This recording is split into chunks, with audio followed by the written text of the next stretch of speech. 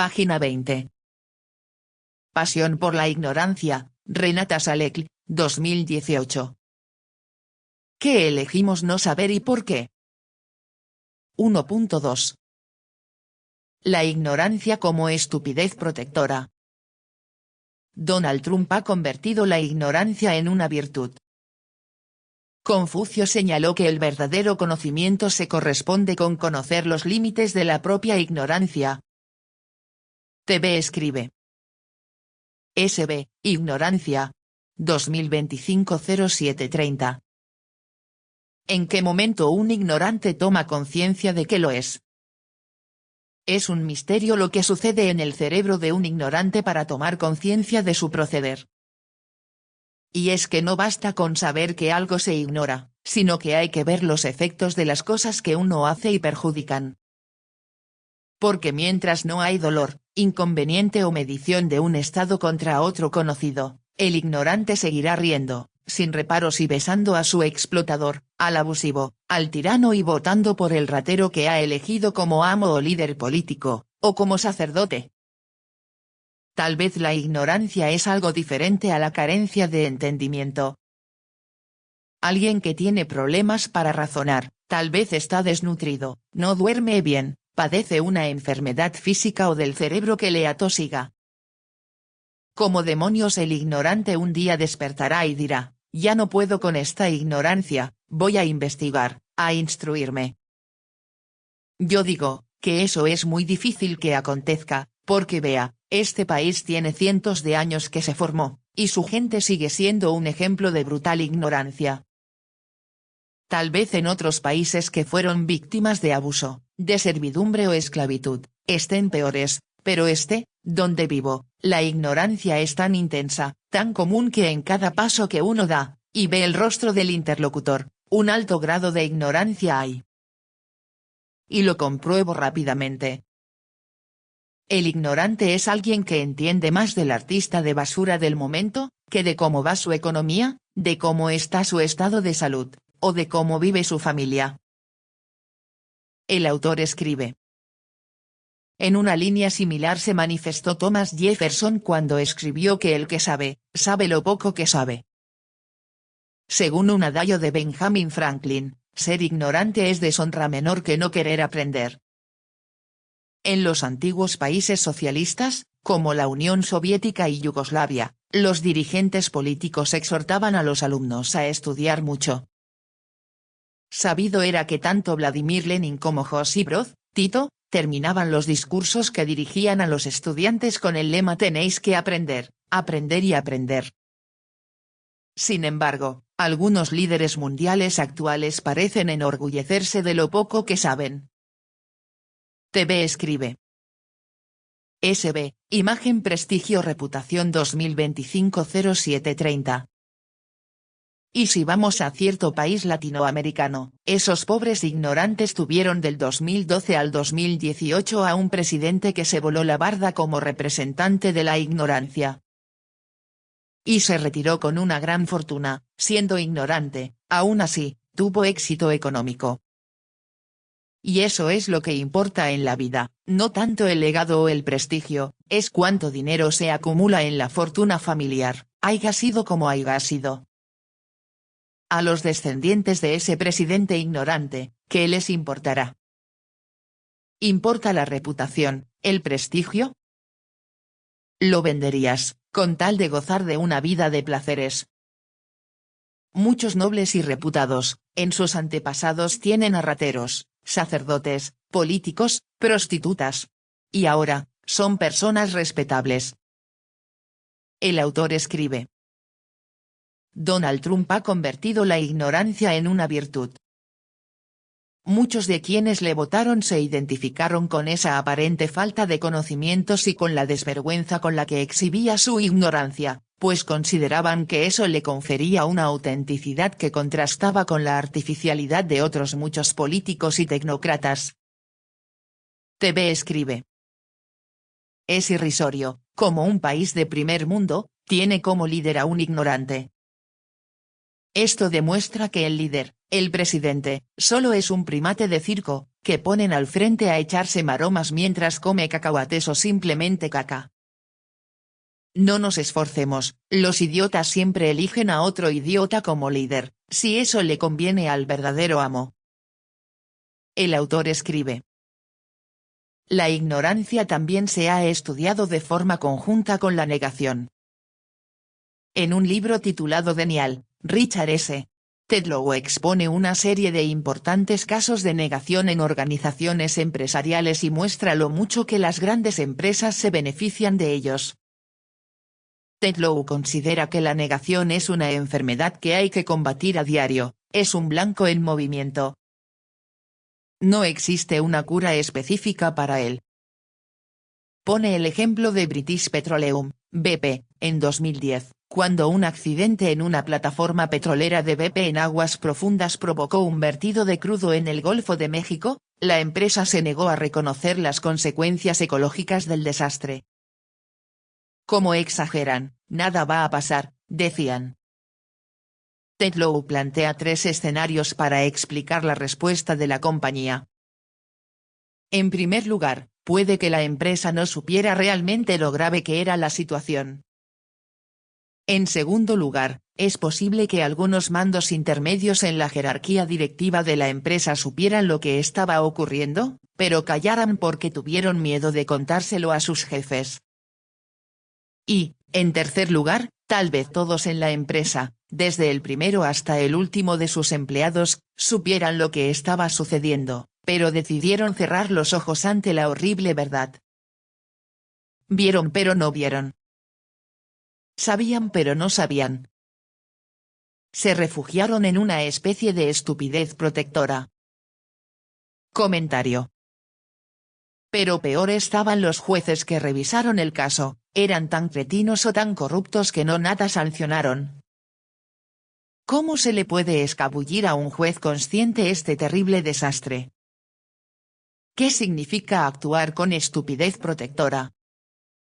Se trata de un término acuñado por George Orwell, que en su novela distópica 1984 lo define como la estrategia del paracrimen. Según su definición, es la facultad de parar, de cortar en seco, de un modo casi instintivo, cualquier pensamiento peligroso que pretenda salir a la superficie. Abarca las capacidades más obvias de no percibir las analogías, de no darse cuenta de los errores de lógica, de no comprender los razonamientos más sencillos si van en contra del poder establecido. Este poder orwelliano se siente, además, fastidiado e incluso asqueado por todo pensamiento orientado en una dirección herética. TV escribe. Lo dijo claro, si van en contra del poder establecido. ¿Cuál es ese poder establecido que cuenta con sicarios a su servicio? Si el asunto va a perjudicar a un político, líder o rico, la cosa se mantiene en suspenso, en silencio. Porque el rico siempre compra a los auditores. El autor escribe. Un decano o director de carrera de una universidad eslovena usó material tomado de un trabajo de final de grado o tesis de un estudiante, sin permiso de este, en un informe encargado, y pagado, por una empresa privada. Cuando se le acusó por ello de plagio, los representantes de la universidad adoptaron una actitud de estupidez protectora. Declararon que el uso no autorizado que había hecho el profesor del trabajo de su alumno era un asunto sin importancia por 3 motivos. En primer lugar, arguyeron que el docente tutor de un trabajo final de grado es como un coautor de este y tiene facultad para decir que él también es dueño de ese trabajo. En segundo lugar, señalaron que el nombre del estudiante aparecía mencionado en una nota al pie del informe que el profesor había elaborado para la empresa y, en tercer lugar, puntualizaron que el profesor había firmado un contrato con la compañía a título individual y no le había proporcionado asesoramiento experto en nombre de la universidad. En vez de admitir sin más que el profesor había presentado el trabajo de otra persona como si fuera propio, los representantes de la universidad trataron de redefinir lo que cabe considerarse como plagio y lo que no. En vista de las machaconas advertencias que la universidad lanza a sus alumnos para que no plagien y las duras consecuencias a las que se enfrentarán si lo hacen, fue ciertamente preocupante descubrir que sus autoridades no solo defendían a uno de sus docentes de más alto rango en un caso como aquel, sino que incluso se negaban a aceptar el modo en que el resto del mundo define lo que es un plagio.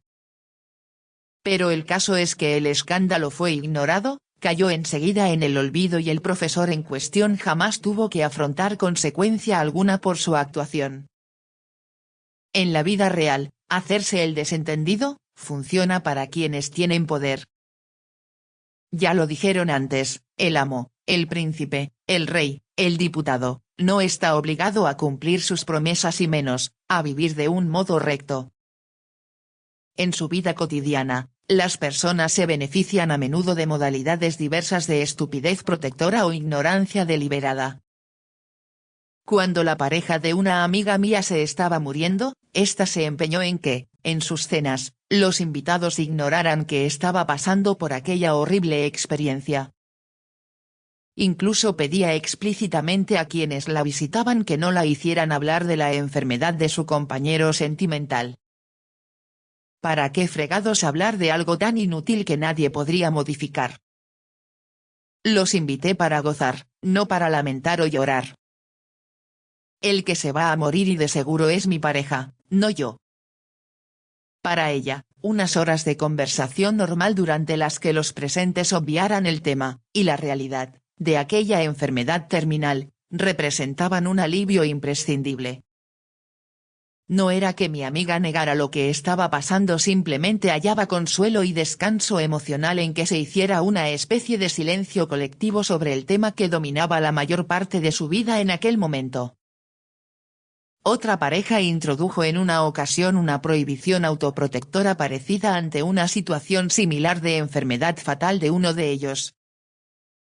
Un viernes por la tarde, decidieron comenzar un fin de semana libres de la enfermedad. Aunque uno de los dos estaba enfermo terminal y la pareja había pasado el resto de días de la semana ocupada en visitas a los médicos, al empezar el fin de semana acordaron no hablar de la dolencia y fingir que la situación era normal. Comentario. Ya me va a cargar el payaso, pero hagamos una reunión, y no hablemos de eso. Ahora lo que queremos es divertirnos, no dar lástima. Hagamos como que nada pasa. Aunque ellos lo sepan, hagámonos los pendejos. El autoengaño, la ignorancia y el hacer la vista gorda pueden ser también muy útiles en nuestra vida privada incluso cuando no se dan circunstancias tan extraordinarias. En una investigación sobre la felicidad marital, unos sociólogos descubrieron que las personas casadas que solo perciben los rasgos buenos y positivos de su pareja eran mucho más felices que aquellas que ven a su cónyuge desde una perspectiva más realista. TV escribe. O sea, ¿qué hacerse creer que todo es lindo? Es como tener el nepe o el yoyo gangrenado y decir, todo está bien, esto es pasajero, no pasa nada. Agradezcamos a Dios o a Buda que estamos vivos. El autor escribe. ¿Cuál es la conexión entre la ignorancia y el autoengaño? Leonardo da Vinci comentó que el mayor engaño que sufren las personas es el de sus propias opiniones. Upton Sinclair añadió que cuesta conseguir que un hombre entienda algo cuando su salario depende de no entenderlo. Como bien nos recordaba Henrik Ibsen en su obra El pato salvaje, si privamos al hombre corriente de sus mentiras, es muy posible que le quitemos también su felicidad. Diversos sociólogos y psicólogos que han estudiado el autoengaño han observado que a las personas les gusta pensar que tienen una percepción consciente y realista de sí mismas, pero, ¿hasta qué punto es correcto ese autoconocimiento? A principios de la década de 1990, una investigación sobre el autoengaño en el mundo académico descubrió que un inverosímil 94% de los profesores universitarios estadounidenses creían que eran mejores en su trabajo que sus colegas. TV escribe. Pero, ¿a quién diablos se le ocurre pensar que es más idiota que el vecino? Allí, mi vecino es muy gay, pero yo soy 1000 veces más gay, más venenosa. Claro que ese tipo de razonamientos son una locura. ¿Cómo va usted a automenospreciarse? Otro estudio similar entre estudiantes de último curso de secundaria detectó que una mayoría de ese alumnado pensaba que estaba por encima de la media en cuanto a su habilidad para llevarse bien con los demás. Un 25% de los encuestados creía que estaban entre el 1% de los estudiantes más sociables. Página 24.